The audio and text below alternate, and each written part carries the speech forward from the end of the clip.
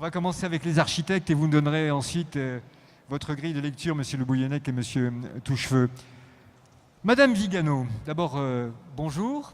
Et j'aimerais que vous nous disiez un peu, vous avez entendu tout ce qui a été dit sur l'enjeu du Bourget, la Porte Nord. Quelle différence? Il y a un point commun, il y a un grand aéroport, donc avec un enjeu économique, un enjeu de passage, un enjeu dynamique très marqué. Quelle différence entre le Bourget et Orly pour l'architecte et urbaniste que vous êtes? Et quel type de réponse apportez-vous à cette porte sud? Ça fonctionne, tout fonctionne. Je trouve la question un petit peu... ça met de l'embarras. Je ne sais pas. Je n'ai pas étudié ça. Vous n'avez pas étudié ça? Non. Je pense que c'est peut-être une question que vous pouvez poser à Christian de Pozampal qui pourra beaucoup mieux que moi de répondre. Comment êtes-vous rentré alors dans ce territoire de la Porte Sud? Qu'est-ce qui vous est apparu d'abord comme prioritaire au fond? Moi, je voudrais rentrer par des images, s'il est possible. Je vous en prie. Mais je pense que c'est quelqu'un qui... Merci. Voilà. Donc, on peut les passer rapidement, mais en donnant quelques instants. Parce que je trouve quand même qu'il faudrait laisser parler un petit peu plus l'espace. Ça, c'est la télécommande. Ça, c'est pour oui, voilà. avancer. Laissez parler l'espace, alors. Oui, je trouve que s'il y a quelque chose d'intéressant dans la situation actuelle, c'est cette centralité un petit peu retrouvée de l'espace. Et je pense que tout le monde aujourd'hui est convaincu du fait que c'est à partir de l'espace qu'on pourra justement imaginer cette métropole de l'après-Kyoto, on pourra imaginer un espace d'équilibre et qui va modérer, je dirais, les inégalités sociales, etc. Donc, je voudrais partir de quelques images qui montrent donc cette connexion est-ouest à la hauteur du pôle de Orly-Rungis qu'on a étudié et qui est inséré dans je définirais ça une frame, une structure, même au sens conceptuel du terme, du Grand Paris. C'est-à-dire que pour nous, c'était intéressant de travailler sur un espace stratégique du Grand Paris, à l'échelle du Grand Paris, et à partir de ça, aller plus en profondeur sur les stratégies de la ville poreuse qu'on avait proposées. Et partir de ce territoire est très important, de son espace, parce que c'est un espace d'écologie en conflit, comme on a dit. C'est un espace prototypique de la fragmentation contemporaine, où on peut vraiment travailler sur la question de la percolation, de la perméabilité, des connexions, qui sont devenues finalement, pour toutes les équipes, des arguments centraux dans la politique de l'espace qu'on imagine. La question qui nous était posée par les PAORSA était celle de réfléchir sur une connexion est-ouest. Au début, c'était cette idée de connexion écologique.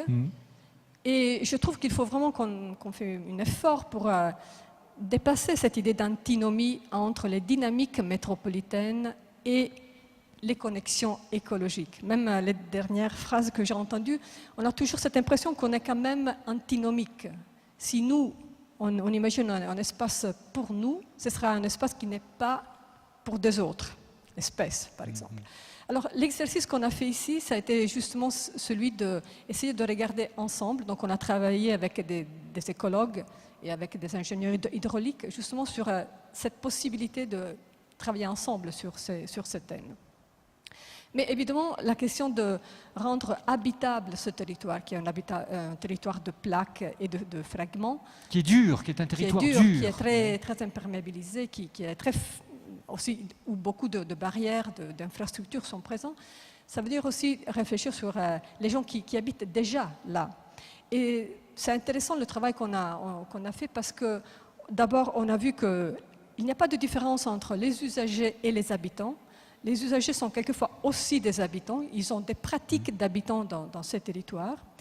Aussi, on voit qu'il y a des gens qui parlent du fait que les espaces changent quelquefois, mais les habitants restent les mêmes, et ça peut encore poser des problèmes, etc. C'est-à-dire qu'il y a d'abord une question d'habitabilité de ceux qui sont déjà là, et après, il y a probablement une potentialité d'habitabilité qui est pour le futur. Donc, au début, on avait commencé par cette question d'une connexion écologique qu'on a bien vu immédiatement que du point de vue des éléments naturels, c'était plutôt au sud du plateau, ce n'était pas vraiment à travers le plateau. Et donc, à partir de cette reconnaissance des deux vallées et de ce plateau au milieu, donc cette forme du territoire, on s'interrogeait sur comment améliorer cette perméabilité pour tous, donc animaux et végétaux et humains, sur ce territoire, qui est un territoire dans lequel, comme je disais, les dynamiques métropolitaines sont très fortes, aussi dans la direction est-ouest. Nord-sud, ça c'est plus clair. Il y a l'arrivée de métro, la ligne 14. Il y a aussi la gare TGV qui pourrait arriver dans le futur. Mais il y a aussi des dynamiques est-ouest, je dirais plateau de Saclay, aéroport d'Orly, mais aussi au-delà de la Seine, Créteil. Et donc, ce qui nous intéresse de ça, c'est justement le fait que ce sont des dynamiques qui ne passent pas du centre de Paris. Sont justement ces dynamiques horizontales qui nous intéressent et qui montrent que la forme de cette grande métropole est en train de changer d'une façon structurelle, importante. La question là qui se pose, c'est est-ce qu'on veut utiliser le projet de territoire et le projet urbain pour renforcer, pour donner lisibilité, pour représenter ce nouveau espace, ou on veut le nier? Parce que moi, sincèrement, quand je vois la carte qui est mise dans le... Oui, comme couverture comme... La présentation, oui, voilà, la représentation qui est là. Et quand j'entends aussi parler de portes, moi, je suis frissonnée. C'est-à-dire que je trouve que les mouvements, les dynamiques métropolitaines ne vont pas dans cette direction. Et nous demandent peut-être de sortir de concepts qui ont été beaucoup utilisés, donc peut-être qu'on peut s'en passer, on peut imaginer des choses différentes. Et on peut aussi imaginer que cette forme-là, qui a dessiné la double boucle, c'est quand même une forme qui ne structurera pas la grande métropole. C'est quelque chose, c'est une question. Est-ce que cette forme, ce sera la forme de la métropole ou la métropole aura une forme différente? Alors, à mon avis, elle a déjà une forme différente et elle pourra avoir une forme très différente de ça. Par exemple, une forme que je disais qui grâce au fait qu'il y a toute une série d'investissements, par exemple, dans ce territoire, en termes de transport en commun, qui sont des maillages, même Dutilleul le disait avant, donc des tramways qui arrivent, des bus en site propre, des gares TGV et donc des TGV, des lignes TGV, etc. Tout ça a une forme qui est assez différente de celle de la double boucle. Et je pense qu'on peut travailler sur ça, étant donné que c'est peut-être une forme qui est aussi plus adhérente à la forme du territoire, à ses pentes, à ses formes différentes. Donc, on a imaginé 3 séquences de projets le long de cette direction est-ouest, que, comme je dis, c'est une direction de percolation de la biodiversité. On a essayé de forcer évidemment tout ça, mais en même temps, c'est un lieu de dynamique métropolitaine horizontale. Donc, les 3 séquences, je les passe rapidement. La première séquence qui va on a dit de Sceaux aux rues de Rungis, c'est une séquence qui est basée sur un thème de l'eau. C'est l'idée de révéler à nouveau ces rues, qui est là, mais qui a été complètement détournée, couverte, etc., qui a une vie. On a fait un long travail sur l'histoire environnementale de ce territoire, qui montre comment il a été vraiment modifié, mais en profondeur, c'est-à-dire que les eaux ne vont plus où elles devaient aller. Et donc, à partir de ça, on a un thème de réqualification de l'espace qui part de ça, de la question de l'eau et de l'espace nécessaire pour des inondations, par exemple, qui sont des problèmes qui à Fresnes, et donc où l'espace du Rue qui passe dans la plaine de Montjean pourrait donner justement un espace naturel d'inondation pour l'eau. On arrive jusqu'aux sources du Rue de Rungis, et donc il y a tout un thème intéressant qui est là. Ici, vous voyez donc dans la topographie l'incision du Rue qui est vraiment comme une incision dans le plateau et qui descend vers la Bièvre, mais qui finalement est mis dans le collecteur Fresnes choisi et repart de l'autre côté. Donc ça pour dire que vraiment c'est important aujourd'hui de comprendre non seulement l'histoire urbaine, mais l'histoire environnementale des lieux, parce que on commence à toucher la limite de certaines des technologies et des ingénieries qu'on a utilisées dans le passé. Ici, une image qui montre donc comment se file un conducteur le thème. La deuxième séquence, le plateau, là on parle de cycle de vie. Le cycle de vie parce que je pense que c'est une lecture assez partagée. On voit bien que ces plaques ont des cycles de vie. Des cycles de vie différents, c'est-à-dire qu'elles ne vont pas terminer en même temps, mais on sait qu'on est à l'intérieur d'un processus où on parle justement de quelque chose qui est en train de changer et peut-être de cycles nouveaux qui doivent être imaginés. Nous, on s'est mis dans cette perspective, évidemment aussi ouverte sur le futur, et les changements de l'aéroport d'Orly, donc le fait qu'il y aura un métro, qu'il y aura une gare TGV, tout ça nous dit que même l'aéroport d'Orly entre dans une nouvelle vie, disons, dans un nouveau cycle. Donc, la question qui se pose, c'est qu'est-ce qu'on veut de cette transformation? Comment cette transformation peut générer un espace, je dirais, à la hauteur de cette transformation? Et c'est pour ça qu'on a, donc encore une fois, ici on voit la forme, on est sur le plateau, mais vous voyez bien les incisions des barrières de l'autoroute, du chemin de fer, non, qui ont vraiment modifié le territoire.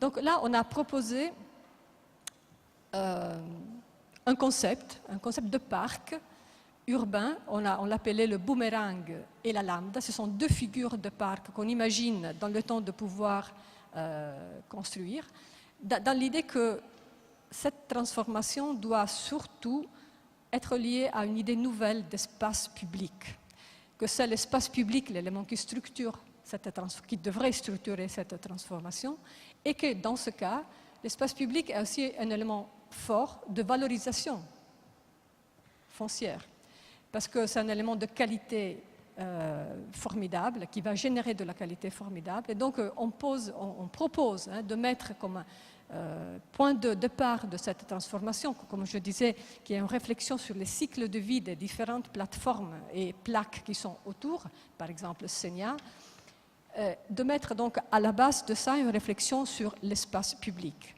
Un espace public à différentes échelles, donc un espace public qui peut redéfinir l'image du pôle d'Orly, qui est lié évidemment à la gare métro du pont de Rungis, qui est lié à une nouvelle façade de l'aéroport d'Orly, et qui se lie à cette lecture de cette trame écologique d'espace vert, humide, lié à l'eau, qui traverse est-ouest le territoire. Et qui trouve... Je posais, pardon de vous interrompre, c'est pour vous suivre vraiment pas à pas. Je posais tout à l'heure à M. Tilleul et à Christian de Porzampar la question de l'élément structurant, s'agissant de la zone, je dis plus porte, à vous écouter, de la zone nord pour le Bourget.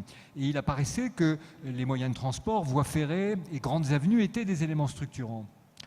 À vous écouter, on est dans une approche radicalement différente, j'allais dire presque plus morphologiquement différente, presque biomorphe. On a l'impression que l'élément structurant, pour vous, c'est d'abord l'organisation de l'espace public, plus que les grands axes. Dans l'espace public, il y a aussi des éléments de transport, il y a aussi des lignes de bus ou de tramway. Mais ça n'est pas d'abord ce que vous mettez en avant. Mais ce qui est important, c'est justement de conjuguer tout ça. Ce ne sera pas le seul transport, ce ne sera pas la seule ligne du chemin de fer, par exemple.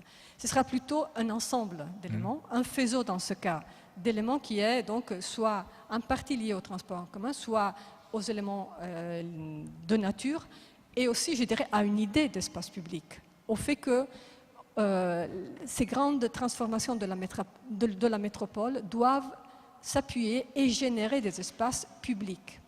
Alors, cet espace public à différentes échelles, c'est pour ça que je l'appellerais un espace public territorial, à l'échelle du Grand Paris, trouve à proximité de l'aéroport et donc des grandes plaques qui pourraient évoluer dans le futur, trouve un épisode qui est le parc qu'on appelait le parc de la Lambda et du boomerang, pour dire qu'on pourra le construire par morceaux.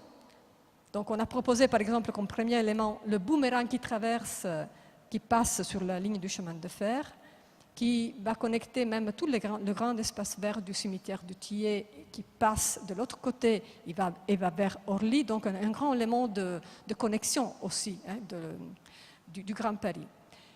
Et je passe rapidement à la troisième séquence, qui est la séquence qui arrive jusqu'à la Seine. Et cette séquence de lieux significatifs, parce qu'on s'est appuyé à une carte magnifique qui a été faite par Lapure. C'est une carte qui montre tous les équipements, tous les espaces publics à toutes les échelles, même les tout petits espaces collectifs et publics. Et donc, on montre comment cette structure est-ouest sur laquelle on a travaillé, elle peut vraiment reconnecter tous ces fragments. Et donc, surtout dans la partie qui arrive à la Seine, là, on traverse des grands ensembles, on traverse des quartiers qui sont déjà en train un petit peu d'évoluer, où on a déjà fait des interventions dans les années passées. Mais justement, ce qui nous paraît intéressant, c'est de le relier par un espace public territorial, donc à l'échelle de la métropole, qui mesure l'échelle de la métropole et qui arrive jusqu'à la Seine, là où on trouve des projets, par exemple au Vœux. C'est un projet de Germejam qui est en train de se définir là, et on imagine aussi de traverser la Seine. On a utilisé une image d'un pont vert pour dire qu'on peut passer au-delà. Donc, pour conclure, je dis que tout ce travail qu'on fait à cette grande échelle de la métropole ne peut pas se réduire finalement à la solution d'une série de points. Mm-hmm. Je pense que c'est le moment d'être ambitieux. D'être ambitieux. Nous, pour notre part, mais ce n'est pas évidemment exhaustif, mais pour notre part, on dit être ambitieux, ça veut dire imaginer un espace public à l'échelle métropolitaine, du Grand Paris. Qu'est-ce que c'est cet espace public? Même le parc de la Courneuve dont parlait Roland Castro, pour nous, c'est un élément de la traversée verte qu'on avait indiqué il y a quelques années. C'est-à-dire que ce qui nous paraît intéressant, c'est vraiment de travailler sur des faisceaux de liens, de transport en commun, d'espace public, d'éléments verts, de biodiversité, d'eau, etc. Et tout ça, imaginez que tout ça puisse être un support pour tout ce qui pourra arriver, c'est-à-dire beaucoup de choses différentes, d'épisodes, même des fragments, mais qui pourraient être tenus par cette structure. Cette structure n'est pas la structure qui est dessinée dans ce chemin. Mais la structure qui est là, finalement, est faite de points. Tout est dans le sous-sol. Donc, ces lignes-là ne vont pas dessiner l'espace du Grand Paris. Je pense qu'il y a la marge, il y a même peut-être le besoin de réfléchir sur une forme différente. Et l'atelier du Grand Paris devrait servir à ça. Alors, en fait, c'est très intéressant ce que vous dites, Paola Vigano, parce que moi, première question, je pars de ce qui m'était apparu au nord comme un élément structurant, aéroport international, interface, etc. Et j'ai dit à Paola Vigano, alors d'un aéroport, l'autre m'a dit, mais pas du tout. Pas du tout. Nous, on n'a pas réfléchi comme ça. La ville poreuse, elle n'entre pas dans la problématique de la ville comme ça. Vous êtes présent dans une réflexion au nord sur des éléments, on en parlait tout à l'heure ensemble, structurants. Vous arrivez là, avec Paola Vigano, dans une approche beaucoup plus, j'allais dire, douce, subtile, oui, presque vivante du terrain de la ville. Comment vous adaptez-vous pour qu'il y ait malgré tout, dans cet enjeu du Grand Paris, une cohérence, une continuité, j'allais même dire une forme de fluidité qui rejoindrait l'enjeu de la ville poreuse de Paola Vigano? Je toujours dit que pour moi la métropole c'est un organisme vivant et on commence par regarder la vie et comment ça peut vivre. Alors vous parliez tout à l'heure de différence. Au Bourget, aéroport, grand territoire. Toujours le micro, question de temps en temps, qu'on vous entende bien, merci. Des enclaves et 7 maires fédérés par l'un d'entre eux. On est appelé à Orsa et c'est tout différent. C'est une OIN, Jacques Touchefeu, qui parle avec des maires, qui parle avec l'aéroport, qui parle avec des grands acteurs industriels, centres commerciaux, logistiques, etc. Et on est plusieurs équipes et il y a à nouveau Lapure, l'IAU qui est là, Paola et Bernardo, il y a eu des échanges, il y a eu Roland Castro aussi, Jean-Marie Dutilleul, Yves Lyon, etc. Il y a eu des séminaires. Bon. Peut-être je vais montrer un petit peu Bien les sûr, images. je vous en prie. Je voudrais donner un élément de ce que à quoi me fait penser Paola, la question de la forme du Grand 8. Je dirais que pour moi, la ville classique pré-industrielle, avec ses avenues et ses rues, le transport, l'avenue, définit une forme perceptible. Avec la métropole, avec les grandes mégapoles, on arrive à une échelle où la forme est un grand problème différent.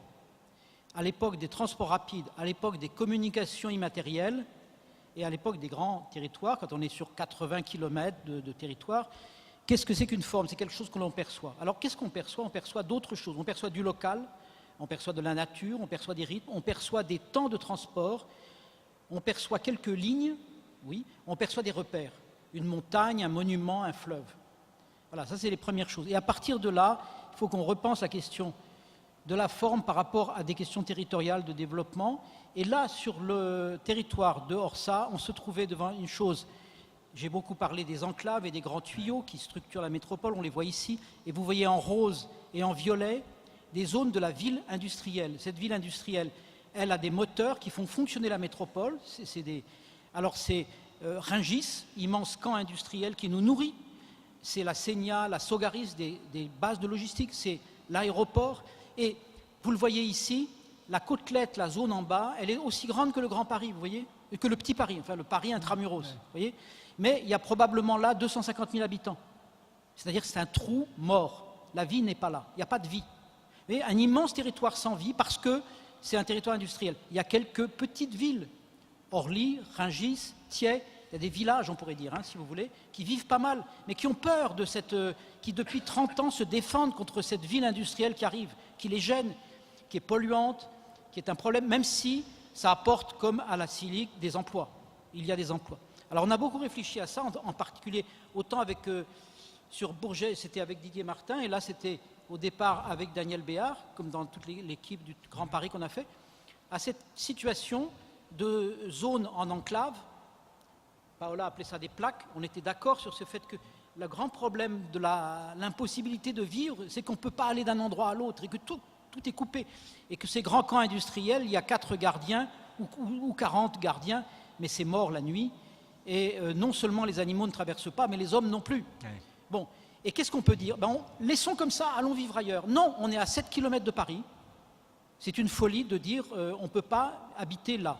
Comment on peut habiter? On peut avancer sur les images. Avançons, on voit en rouge l'aéroport.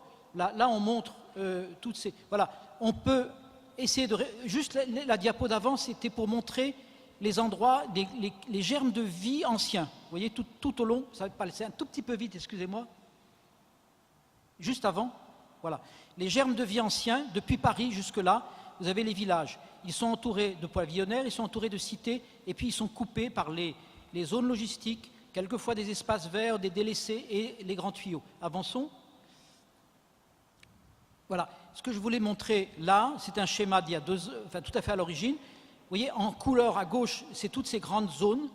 Et en jaune, c'est comment on peut faire passer ce que j'ai appelé à partir de là une chaîne agrégative. Le mot est terrible, mais ça veut dire si on veut vivre, si on veut du logement, il faut qu'il y ait des services, il faut qu'il y ait des écoles, il faut qu'il y ait des commerces, il faut qu'il y ait tout ça. Eh bien, il faut que ça se relie et que les Indiens marchent à pied, nous aussi. On est toujours ces animaux-là avec des jambes. Il faut qu'il y ait des bus, des vélos, mais qu'on passe. Alors, il faut passer par-dessus ou par-dessous des infrastructures, ça coûte. Sinon, no way, on ne fait pas. Une zone de logement qu'on installerait entre 2 zones logistiques, il vaut mieux pas la faire. Il vaut mieux aller ailleurs. Or, il y a un potentiel de vie et il y a besoin de faire vivre. Ce lieu est un formidable potentiel industriel de demain à cause de la proximité future du RER, du TGV, de l'aéroport, de ces infrastructures industrielles qui vont muter.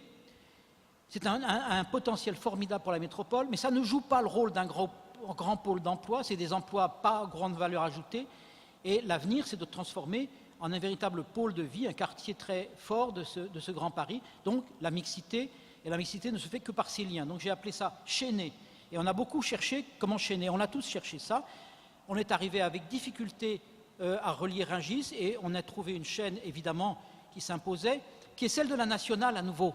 Vous parlez de ce qui est structurant. Celle de la nationale vient et avec la ligne 14 sera sera de plus en plus importante. Une des questions, c'est de recouvrir l'actuel passage au-dessus de la A86, le grand trèfle. Donc c'est comme un grand travaux urgent à faire qui reliera tout. On aura là, on aura une forme lisible. On est à 7 km de Paris, c'est très lisible. Ça n'empêche qu'il y aura les autoroutes qui marcheront. Donc à partir de là, on a commencé à rencontrer les maires, plus ou moins dubitatifs, plus ou moins positifs, de plus en plus positifs. C'est Jacques Touchefeu qui organisait ça. Il avait prévu les rencontres avec la Sénia, avec le Rungis. Le patron de Belle Épine dit « Mais moi, si mon grand centre commercial, qui ne marche qu'avec les voitures à l'échelle métropolitaine, peut devenir un grand commerce qui parle à la ville autour, alors je suis très content, je change, je crée des devantures, je crée... et donc ça, si vous voulez, il y a tout le potentiel. Rungis dit « Nous, on recule notre barrière et on installe des restaurants, le centre français de la gastronomie, des choses comme ça qui seront sur l'avenue. L'avenue peut devenir vraiment quelque chose qui a des sièges sociaux, des emplois, des services et des logements. Donc vous voyez là, sur cette image, par où ça peut démarrer avant qu'on ait relié le trèfle. On part de Orly, parce qu'Orly peut se relier, et on part de Thiais. Et on parle de Chevilly-la-Rue. Chevilly-la-Rue, pas de Thiais. On part d'abord de Chevilly-la-Rue, on longe Rungis. Et là, on s'est relié avec l'étude de Paola, qui était une étude très centrée à grande échelle sur les grands mouvements de fluidité. Et on va travailler à ce que nos projets se rejoignent dans une certaine mesure, c'est-à-dire qu'on puisse introduire cette vision de la nature qui traverse, que ce soit un plaisir pour habiter. C'est une grande fonction importante. Si on n'habite pas dans le Paris très dense du intramuros, alors profitons de ce qu'on peut avoir au loin, et une des choses, c'est la nature. C'est pour ça que j'ai dit très vite, il faut faire des central parks, il faut habiter autour de parcs. C'est ce qu'on peut faire au loin, c'est dire, je ne suis pas tout proche des grands centres urbains, mais j'ai un habitat qui est formidable. Donc vous voyez, sur ces images, on voit une structure à grande échelle qui peut se faire progressivement, des îlots qui sont tous reliés entre eux, et des îlots qui sont mixtes, c'est-à-dire qui devraient pouvoir intégrer de l'emploi et du logement, mais des petites échelles d'habitat et de grandes échelles. Il ne faut pas avoir peur de se dire, ça peut être des petits collectifs à 2 niveaux, et il peut y avoir à côté des plus hauts à 10, 12 niveaux, parce qu'on libère du jardin. Donc c'est ce qu'on voit là, et on est dans une manière de faire, je trouve, passionnante, parce que c'est en dialogue avec les riverains, c'est-à-dire les acteurs. Il y a, de la part de l'OIN, une manière de travailler, de fédérer les acteurs, et de ne pas imposer, mais de faire avec, qui pour nous est très nourrissant, pour nous urbanistes. Ben justement, dites-nous, monsieur Touchefeu, comment vous avez... comment vous gérez ça? Je posais la question de la gouvernance, au fond, tout à l'heure. Vous êtes le monsieur opération d'intérêt général dans le Val-de-Marne. J'ajoute, ça n'est pas indifférent que vous êtes ingénieur général des ponts et chaussées.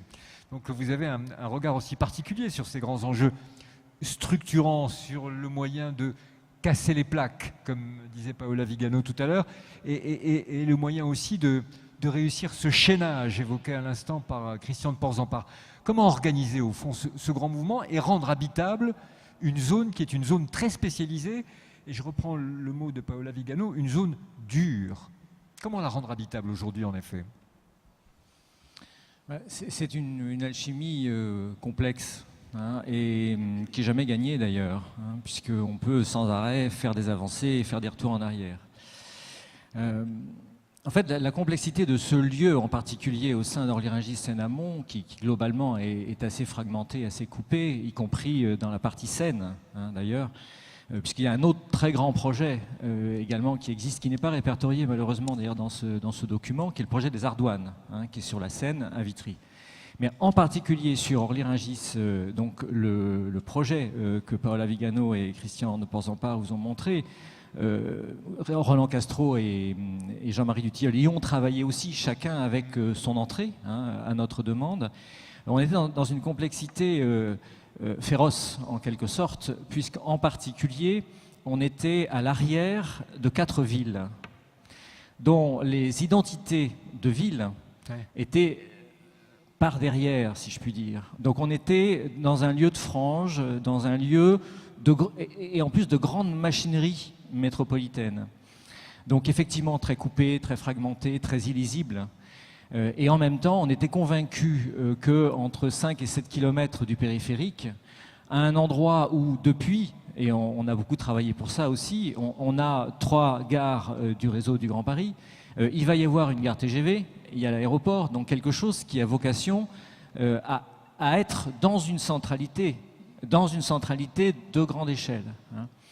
Et donc on avait besoin de finalement travailler avec ces villes qui ne pouvaient pas avoir d'imaginaire de ville à cet endroit-là, et qui donc sont toujours face à une question de comment on construit une identité de ma ville de Thiais, ou de ma ville d'Orly, ou de ma ville de Chevilly-la-Rue, ou de ma ville de Rungis, à cet endroit-là. Et en même temps, il y a un énorme potentiel. Donc c'est pour ça que j'avais souhaité, moi, passer ces commandes à ces 4 architectes du Grand Paris, chacun avec son regard, pour aider aussi à révéler ce potentiel de métamorphose. C'est-à-dire qu'on n'est plus dans la continuité de ce qu'on a fait dans les 40 dernières années, on est véritablement dans une transfiguration.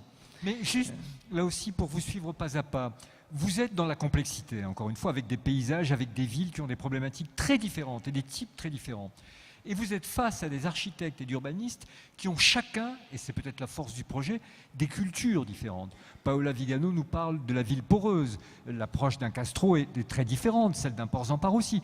Est-ce que pour vous c'est un atout, une richesse, une chance? Est-ce que c'est au fond, dans une approche systémique, un bon moyen de répondre à une question qui est elle aussi d'ordre systémique?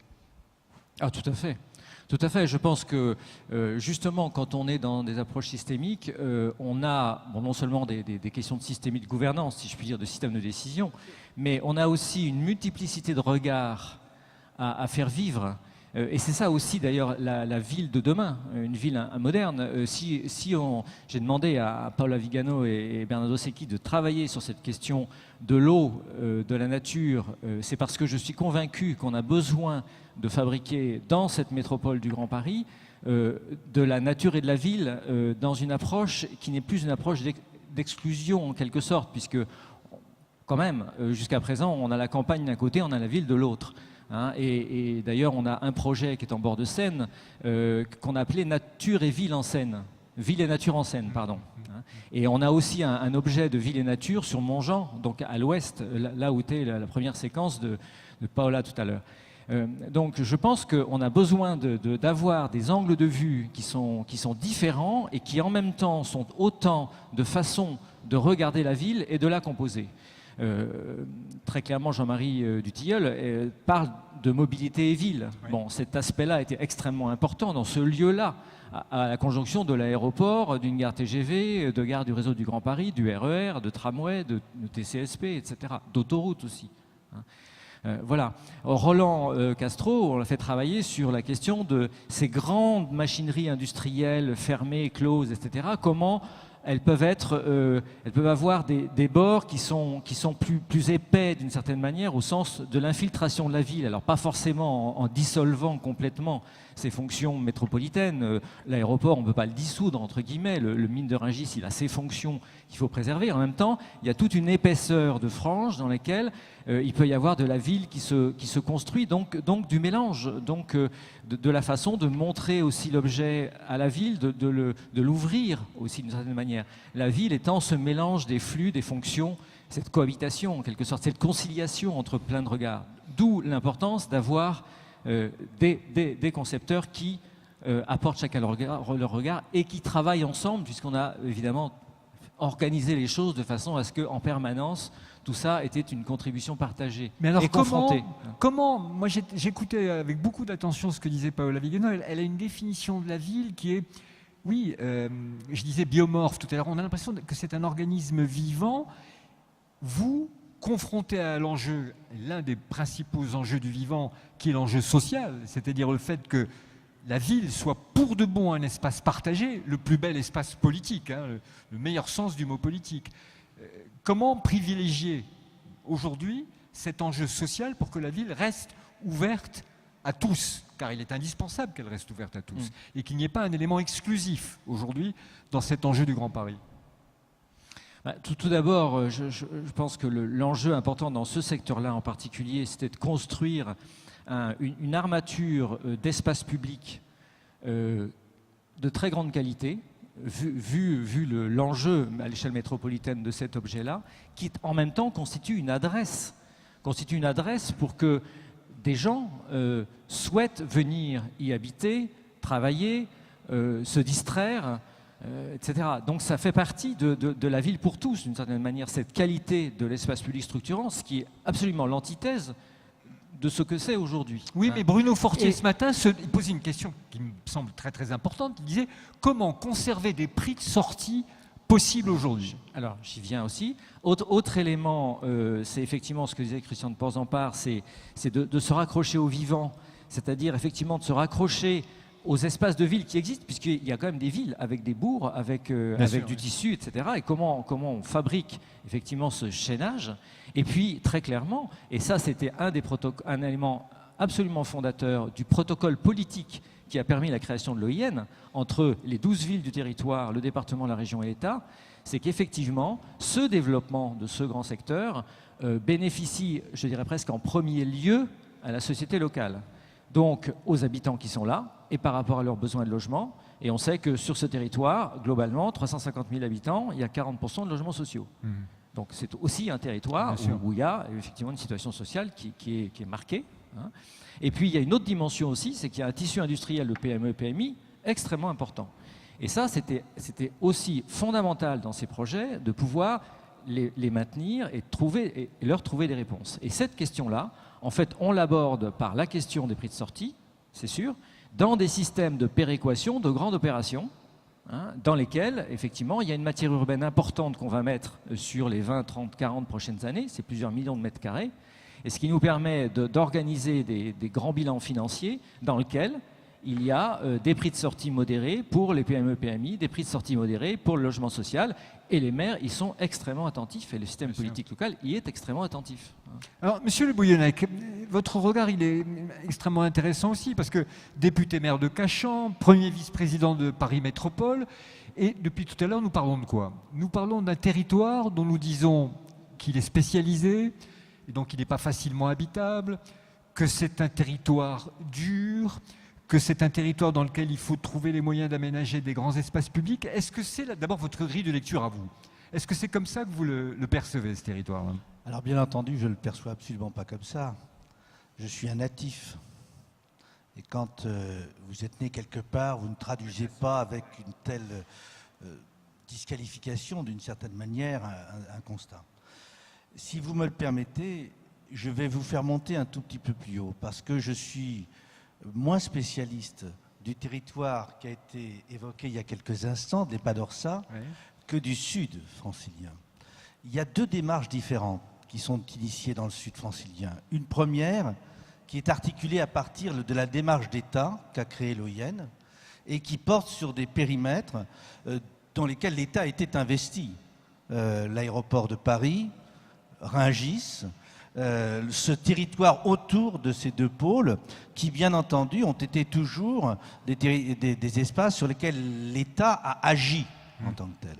Si vous allez un tout petit peu plus à l'ouest, ou si vous remontez vers la périphérie, vers le périphérique, vous avez un deuxième espace qu'on appelle la vallée scientifique de la Bièvre. Vous franchissez la Nationale 20, vous êtes à la fois dans le Val-de-Marne et les Hauts-de-Seine.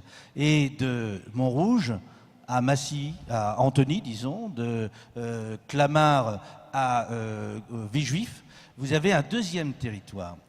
Ces deux entités sont engagées dans des meilleures marches dont la vocation est la même, mais qui se traduisent actuellement par des initiatives qui, pour la vallée scientifique de la Bièvre, dont j'anime la conférence territoriale, est une stratégie éminemment portée par les élus.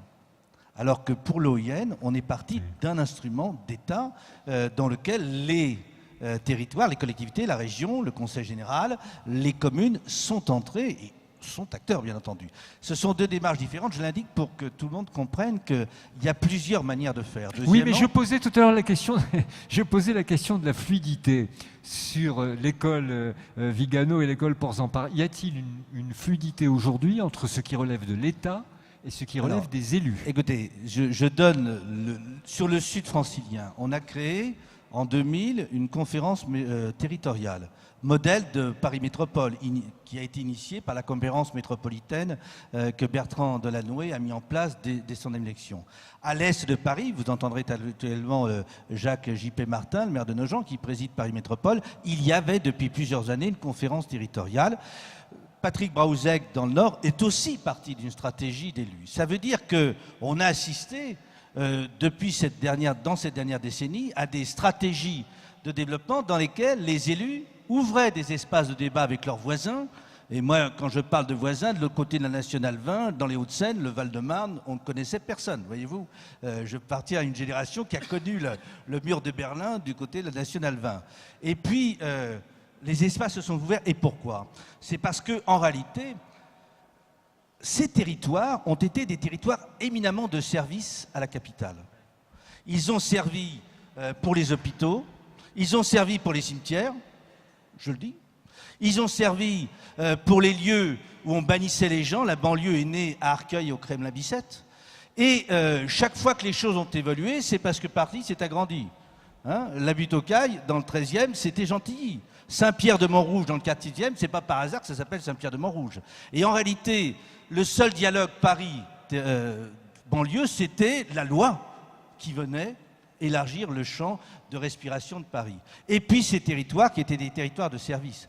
Si vous vous intéressez à l'architecture, allez à Gentilly, voir la maison Douaneau, et vous verrez les photos prises lorsque l'on a tracé la bretelle A, B et A de la 6. L'autoroute qui arrive, l'autoroute du Sud, et qui va aller vers la Porte d'Orléans et vers la place d'Italie. Et vous allez comprendre ce qu'était l'ingénierie de l'État dans ces années, c'est-à-dire on démolit, on fracture des territoires qui étaient des territoires avant de vie commune. Et ce qui est extraordinaire dans cette banlieue, c'est que malgré cette réalité qui était lourde, elle a vécu peut-être mieux qu'ailleurs. Pourquoi? C'est parce que c'est un territoire où il y a une géographie, où il y a une topographie, les architectes aiment bien dire ça, où il y a de l'eau qui coule. Le rue de Rungis dont on parle, le Loing, le Lunin, Laval, il traverse Cachan. Si j'avais un robinet, je ferme, un quart de Paris n'a plus d'eau potable dans ma commune, je ferme.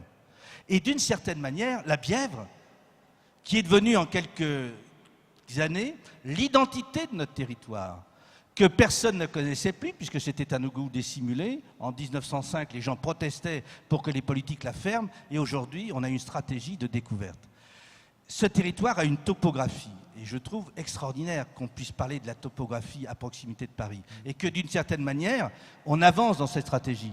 Parce que le plateau de Saclay, c'est aussi un plateau, et si on aménage en oubliant que c'est au plateau, on passera à côté d'une autre réalité. Il y a beaucoup de coins comme ça. Le vrai problème de ce territoire, c'est qu'il a été un territoire de service, et les élus, au cours de ces dernières années, ont mesuré qu'il n'était plus possible d'accepter que ce territoire ne soit qu'un territoire de service, que l'on traverse dans le même temps où il n'y avait par exemple aucune réalité de mobilité. Pour aller à Créteil, notre ville capitale, il faut passer par Paris. J'ai fait mes études de droit, moi, il y a une quarantaine d'années, en rentrant dans Paris, en allant jusqu'à la Nation et en repartant. Et la génération actuelle de mes administrés fait la même chose. Mais vous voulez dire, monsieur Le Boyennec, que les élus, au fond, ont précédé la philosophie du Grand Paris? Je dis que le Sud offre l'avantage de montrer deux démarches différentes. Et que la partie de la vallée scientifique de la Bièvre, qui aujourd'hui existe, a fait rompre les barrières politiques. Elles étaient lourdes, et les élus en assumaient la responsabilité, mais elles étaient lourdes. Et que nous sommes rentrés dans des stratégies qui ne sont pas négligeables, parce que je vous parle aujourd'hui du territoire dont le président de la République a évoqué ce matin la pertinence, Campus Cancer avec Villejuif. Je vous parle de la stratégie de la vallée des biotechnologies qui est née de la connaissance plutôt par les élus de ce qu'était leur territoire. Ce que nous avons fait avec la PUR, l'IAU, tous les partenaires que nous avons eus, c'est de comprendre ce qu'était notre territoire.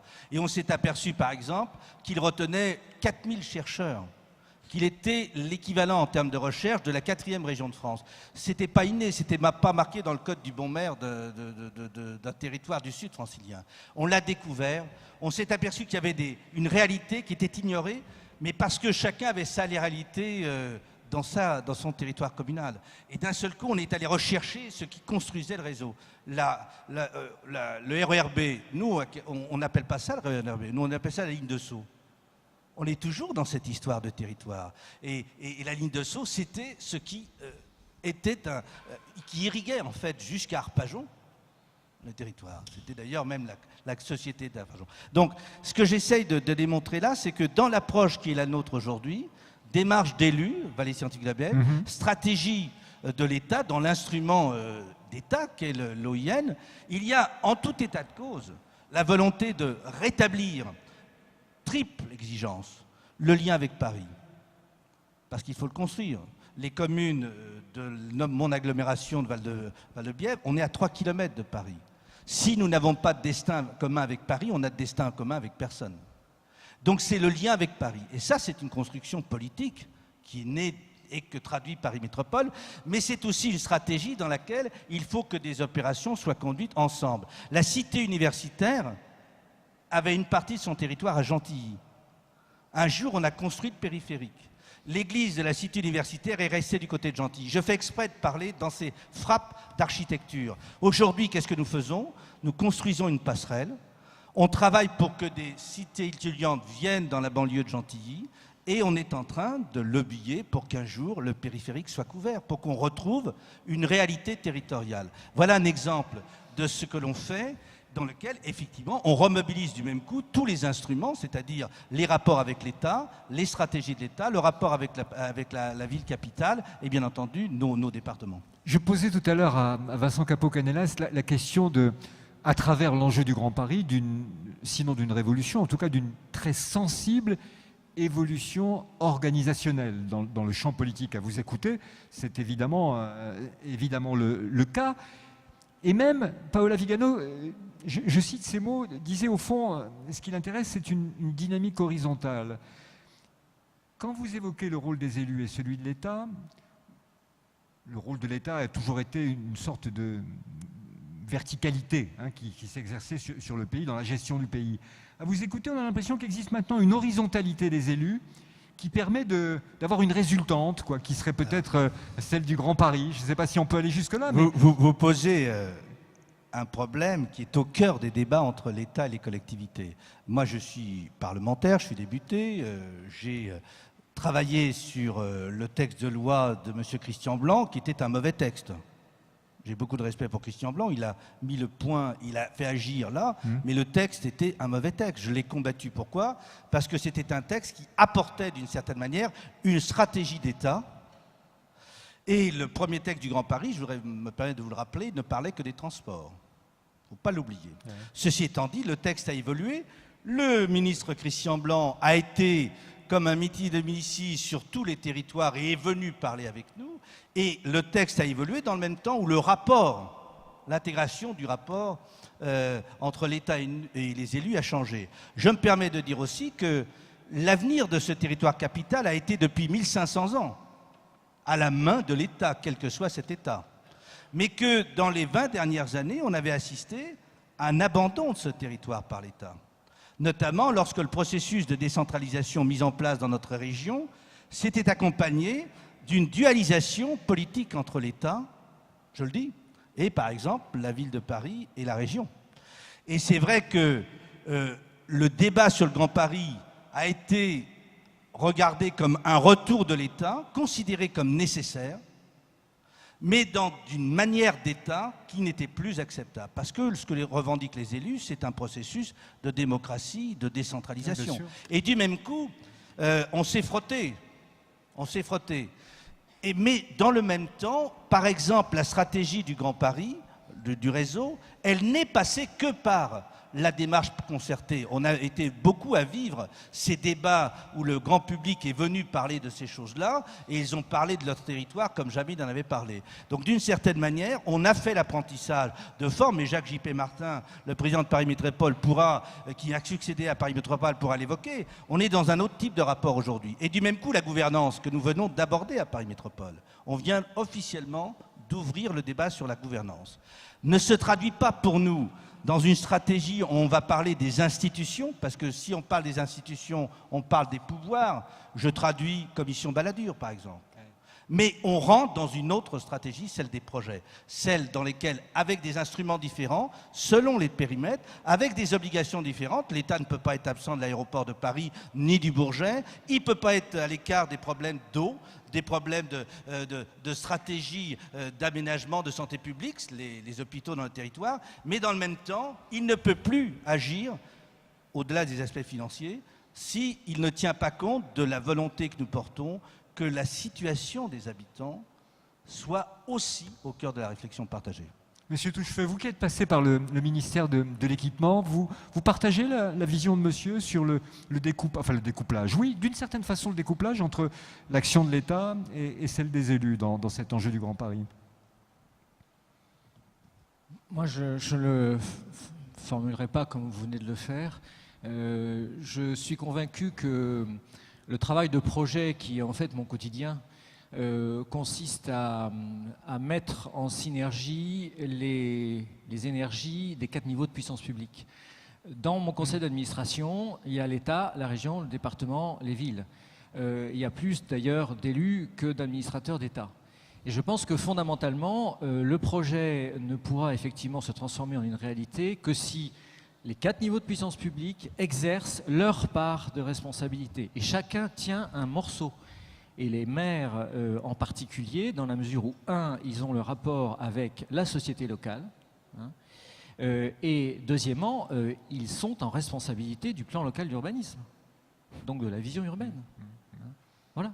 Donc je me sens certes juridiquement un outil d'État, mais fondamentalement, la gouvernance, c'est l'assemblage des 4 niveaux de puissance publique, chacun faisant sa part, prenant sa part de responsabilité et intervenant pour sa part de manière coordonnée, cohérente et convergente.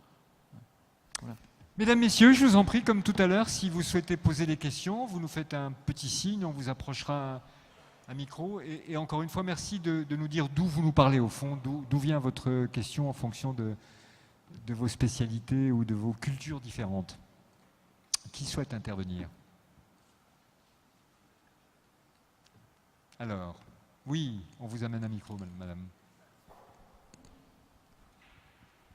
Bonjour, juste une petite question. Excusez-moi, je suis une urbaniste américaine, alors français un peu. Mais on parle beaucoup de partage des côtés d'État et localité, mais je me demande aussi si les partenariats avec le secteur privé est devenu beaucoup plus important aujourd'hui que dans les décades précédentes. Comment ça change les dialogues, les sujets sur lesquels vous parlez aujourd'hui?